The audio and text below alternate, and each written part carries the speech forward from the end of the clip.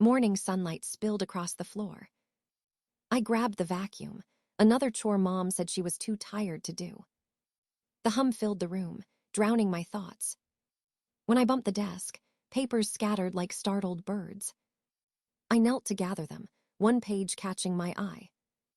A bank logo. First National Family Fund account. My stomach tightened. I scanned the page and froze. 3 names listed. Me, Mom, my sister. Monthly deposits beside each.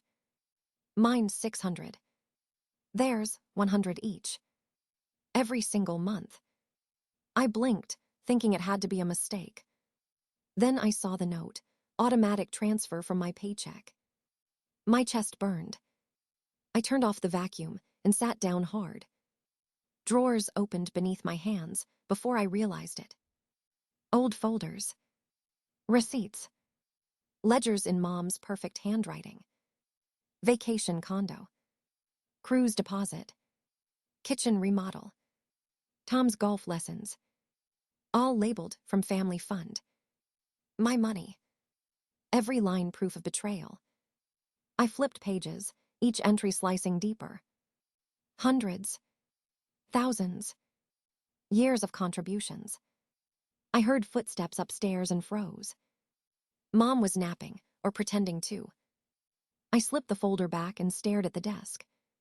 How long had this been happening? How many times had I paid while they played? Memories bled through, birthdays missed, promises postponed. The old excuse of, someone needs to stay home. The truth was clearer now. I had always been the backup plan. The one who gave without asking. The one who worked while they rested. I grabbed my phone, thumb trembling. My friend Carla answered on the second ring. "What's wrong?" she asked. I laughed, but it cracked halfway. "I think I've been funding my family's vacations," I said. Silence hummed across the line. "That's not family," she finally whispered. "That's theft." The word hit hard. Not duty. Not love. Theft. I leaned back, the weight of years pressing down. I wanted to scream, but only air came out. Instead, I whispered to the empty room. "No more." The words felt strange but right. I gathered the papers again, stacking them neatly. Proof. Truth. The beginning of something I couldn't ignore anymore. My hands were shaking, but not from fear. It was anger. Clarity. The kind that doesn't fade once it arrives. I looked toward the window, where sunlight touched the photo frames. Mom and my sister smiling on beaches, mountains, boats. Not a single picture of me. I exhaled slowly, the sound almost a laugh. If they could build a life without me, I could build one without them. The thought scared me, but it also set me free. I closed the drawer, pocketed my phone, and whispered again. No more. Dinner smelled like roasted chicken and guilt. Mom sat at the head of the table, voice soft, almost trembling. "Sweetheart, we need to talk about money." I kept my eyes on my plate, heart thudding. She folded her hands, like a saint preparing for sacrifice. "With the bills and my condition, things are getting difficult." TH letter 1EA30, my sister, nodded quickly, eyes wide with rehearsed worry. "We were thinking maybe you could pause your Paris trip," she said. Mom sighed, pressing her napkin to her lips. "It's just not the right time, darling. Family needs you." My fork froze halfway to my mouth. The air around me thickened, heavy with manipulation. I set the fork down gently. "And what about your cruise?" I asked. The silence that followed was louder than any scream. Mom blinked. TH letter 1EA3 OS lips parted, but no sound came out.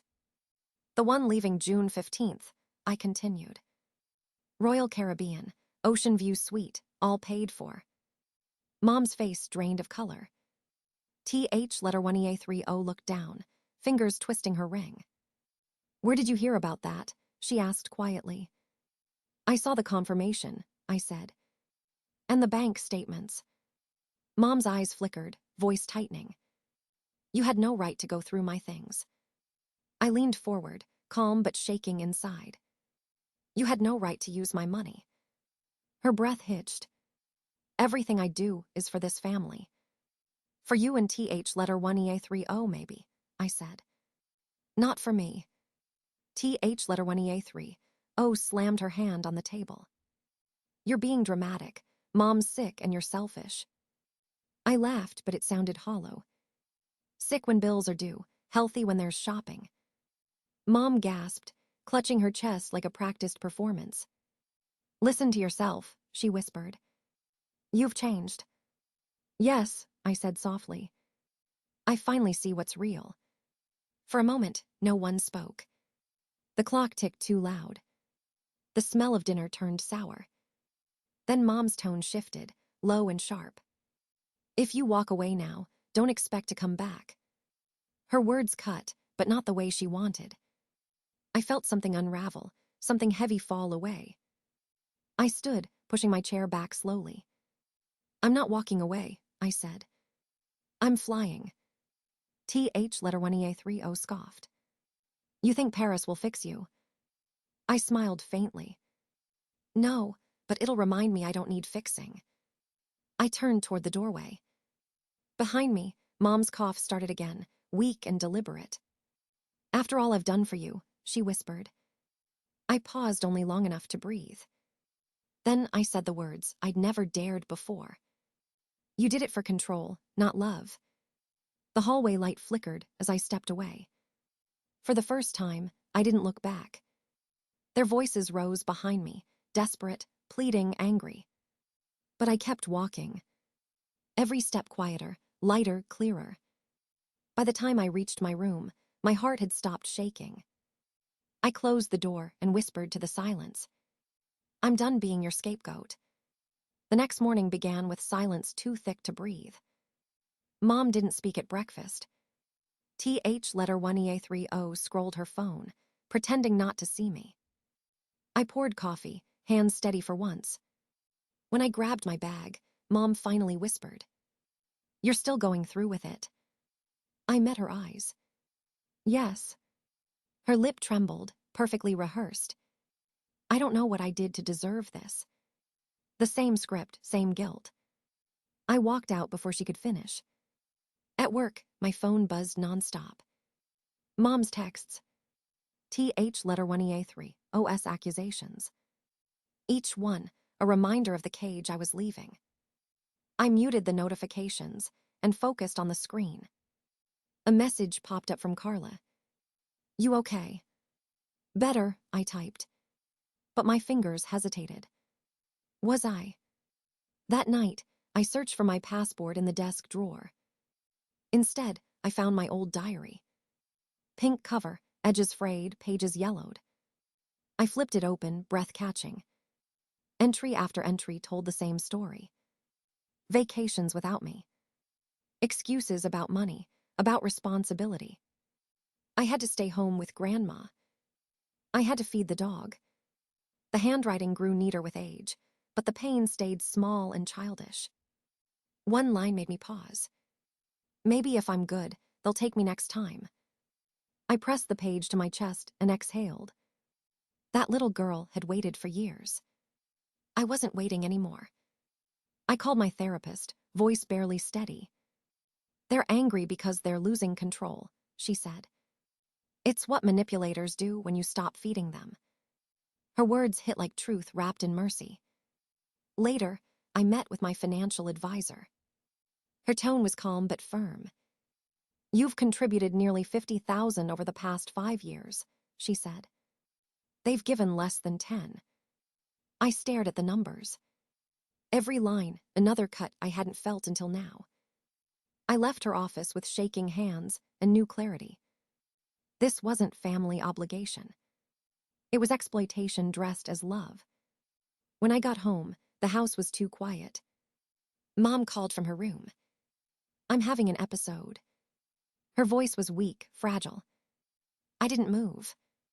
Instead, I said softly, then call TH letter 1EA30. The silence after that was deep and cold. For the first time, I didn't feel guilty. I packed my suitcase methodically. Each folded shirt a boundary rebuilt. Each item a small declaration of freedom. TH letter 1EA3. O burst into the room an hour later. "You're really doing this," she snapped. "Leaving Mom when she's sick." I zipped the bag. "Mom's not sick," I said quietly. "She's addicted to control." Her mouth opened, then closed again. I walked past her, suitcase rolling behind me. Downstairs, Mom's tears came right on cue. But I didn't stop. I opened the door, let the sunlight spill in. For once, the light didn't hurt my eyes.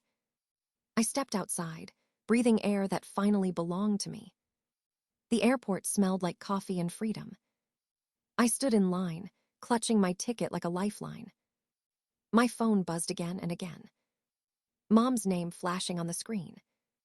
Then TH letter 1EA30. Then both. Messages stacked like bricks of guilt. Mom's crying. "You're destroying the family. Come home before it's too late." I switched the phone to silent. The loudspeaker announced final boarding. My hands trembled as I stepped forward. For years, I had dreamed of this moment. Leaving, but not running. Choosing myself, not fleeing from them.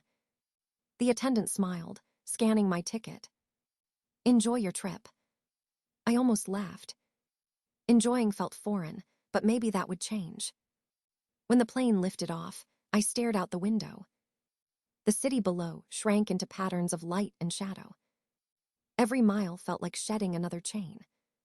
Somewhere beneath the clouds, Mom's tears would begin. TH letter 1EA3. OS anger would rise. But up here, their voices couldn't reach me. I closed my eyes and breathed.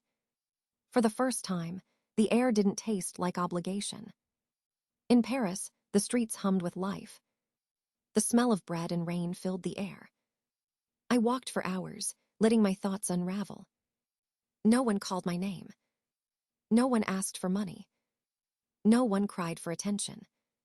I was just another traveler with a suitcase and a heartbeat. At night, I sat by the window of my tiny hotel.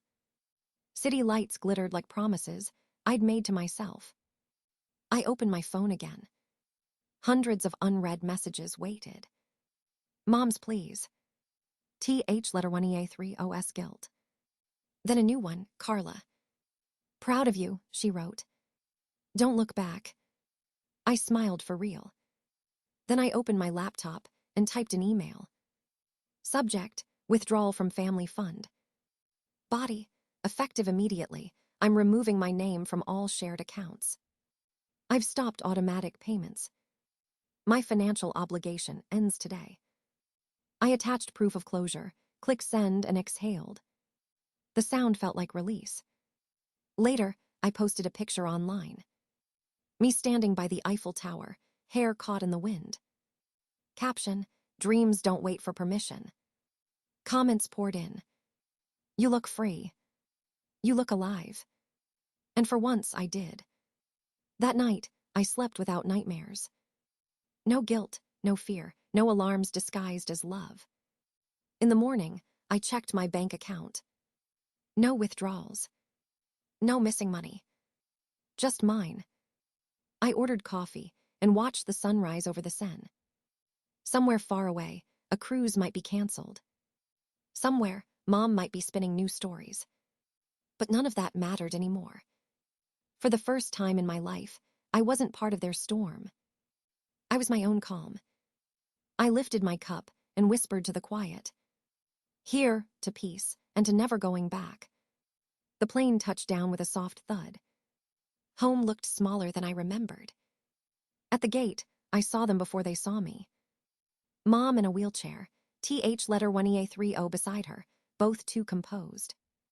When she spotted me, Mom's eyes filled with tears on command. "Sweetheart, we were so worried," she said. Her voice trembled, just enough to sound believable. TH letter 1EA30 nodded quickly, gripping the handles of the chair.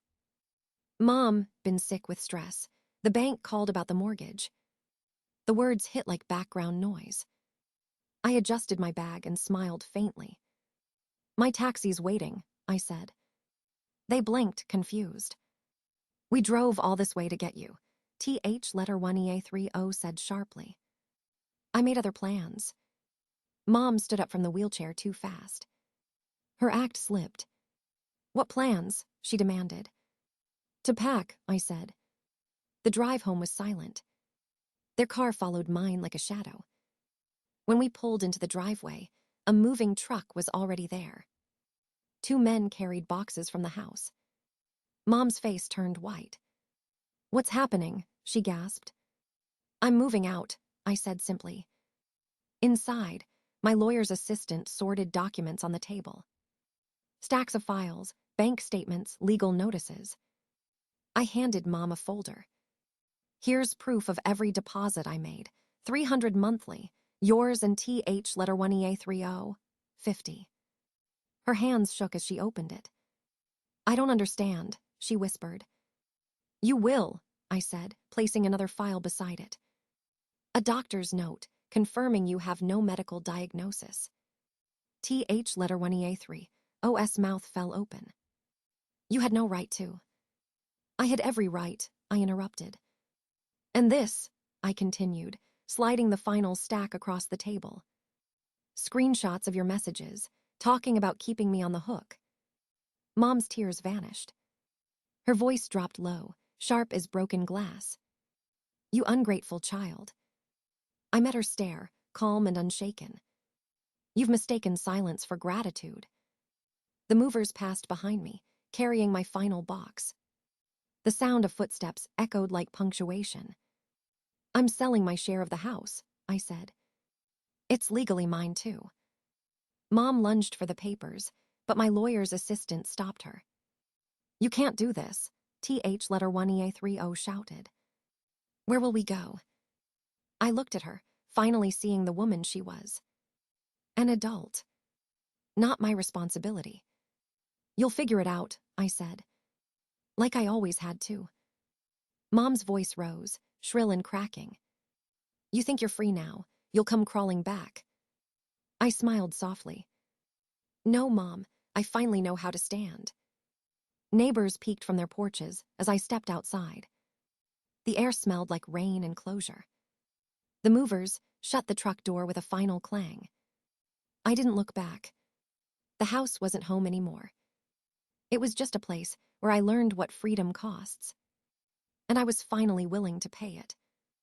Morning sunlight spilled through the wide windows.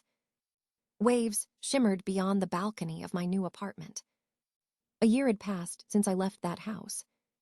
The air still felt different here. Lighter. Quieter. Free. My laptop hummed on the table, design projects stacked neatly in folders. Clients respected me now. They paid on time. They spoke to me like I mattered. It still surprised me sometimes. I checked my reflection in the glass. I looked older, calmer, alive. The woman staring back no longer flinched at her phone. A message from Carla popped up on the screen. Lunch next week. We'll celebrate your promotion. I smiled and typed back yes. The word came easily now. So did no. Boundaries had become my language. The doorbell rang. A delivery box waited outside. Inside it, a birthday invitation written in TH letter 1EA3, OS looping handwriting. Emma turned 6. Family should stay together. Mom misses you. I stared at the words for a long time. They no longer pierced. They just existed. I ordered a dollhouse online for my niece. Added a note that said, "With love, Auntie." Then booked a table at a restaurant near their neighborhood. Public places keep old habits at bay. Later that evening, my therapist called. How are you feeling this month? She asked. Peaceful, I said. Mostly. We talked about new traditions. Sunday brunches with friends. Beach walks. Book club meetings. Little things that filled the silence where chaos used to live. I told her about the photo wall I'd started. Trips to Italy, Portugal, Japan. Smiles that were real. Faces that stayed. After the call, I poured a glass of wine and opened the balcony door. Sea air swept in, cool and clean. Down below, children laughed, chasing waves. Their joy sounded like forgiveness. The phone buzzed again. Mom's name flashed across the screen. 3 words glowed in the message. "We need to talk." For a moment, I just stared at it. The old ache stirred but didn't stay. I set the phone face down and leaned back in the chair. The ocean stretched endless and forgiving before me. I thought of the girl who once waited by the window for a car that never stopped. She would be proud of this silence, of this stillness that used to feel like loneliness. Now it felt like ownership. My life. My choice. My peace. The clock ticked softly. I raised the glass toward the horizon. "To chosen family," I whispered. "And to the girl who learned to walk away." Outside, the last light of day melted into gold. Tomorrow would come with its noise and needs. But tonight belonged entirely to me. Night settled softly over the ocean. Moonlight stretched across the waves like silver threads. I sat by the window, laptop open, searching flight options. Greece. Spain. Maybe Australia this time. The world no longer felt unreachable. My passport lay beside me, edges worn, pages full. Every stamp a reminder that freedom was real. I thought of the house I left behind. The noise. The guilt. The endless pretending. None of it followed me here. Only lessons did. My phone buzzed once more. Mom's name glowed on the screen. I watched it ring until it stopped. No anger. No sadness. Just peace. The kind that doesn't demand explanation. The kind earned through pain and distance. Outside, the tide whispered against the shore. I closed the laptop and leaned back. Tomorrow I'd pack again. Not to escape, but to explore. Because I finally understood something simple. Home isn't where you're needed. It's where you can breathe. I raised my glass toward the moonlight. "To freedom," I whispered. "And to never forgetting how it feels."